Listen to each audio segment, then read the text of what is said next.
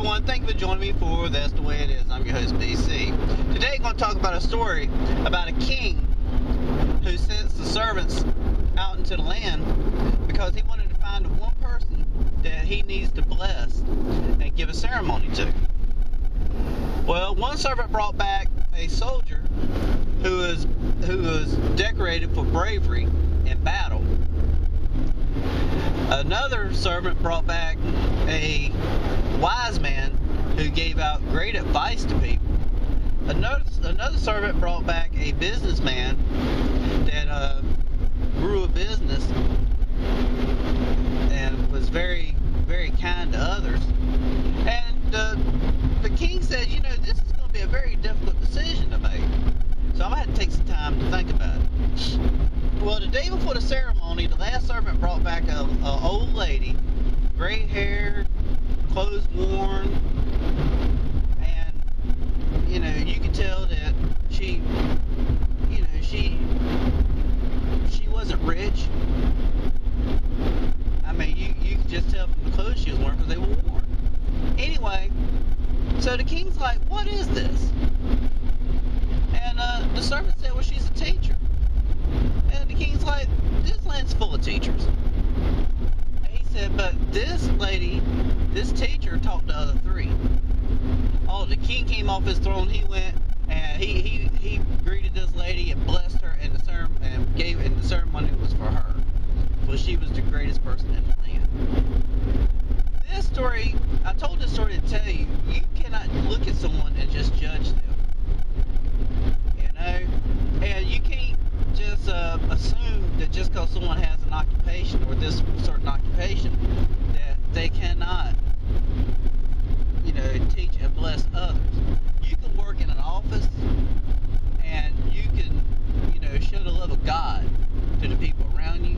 You can be a teacher, and even though I know schools are against Christians and everything, well, as far as teaching Christianity, but you can still show people the love of Christ in everything you do. The Bible tells you, we are the salt and light of the world.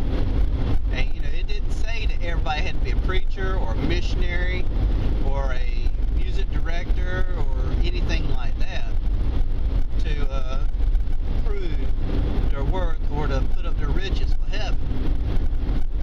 That's not what the Bible has said. And that's where a lot of people they think that they can just look at someone or look at someone's occupation and just brush them off. And people think that just because they're in a factory or some other occupation like that, God's not using them. Well, I'm here to tell you, God put you in that place for a reason. God doesn't want everybody to be a preacher, but what He does want is for everybody to show His love. And that's something people's got to understand. And I know that I'm not saying something that's very popular, because if you look around you can tell. I mean, everybody's like, yeah, I go to church, but you know what? They're looking at a building. Church isn't a building. Church is what is you. You are the church. You are the temple. God's temple was destroyed a long time ago. And when Jesus died on the cross, the veil that separated God and man was ripped. So what does that tell you?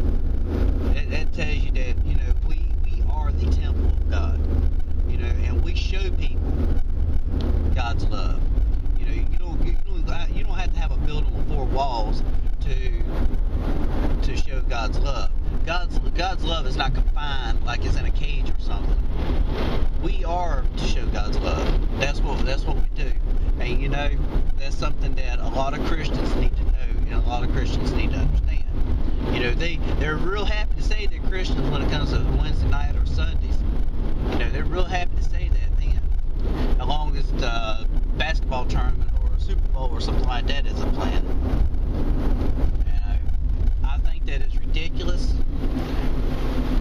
And something else I think is ridiculous is church closing for the Super Bowl. I've actually heard of a church closing for the Super Bowl and NCAA tournament and the NBA tournaments. I mean, I was like, what?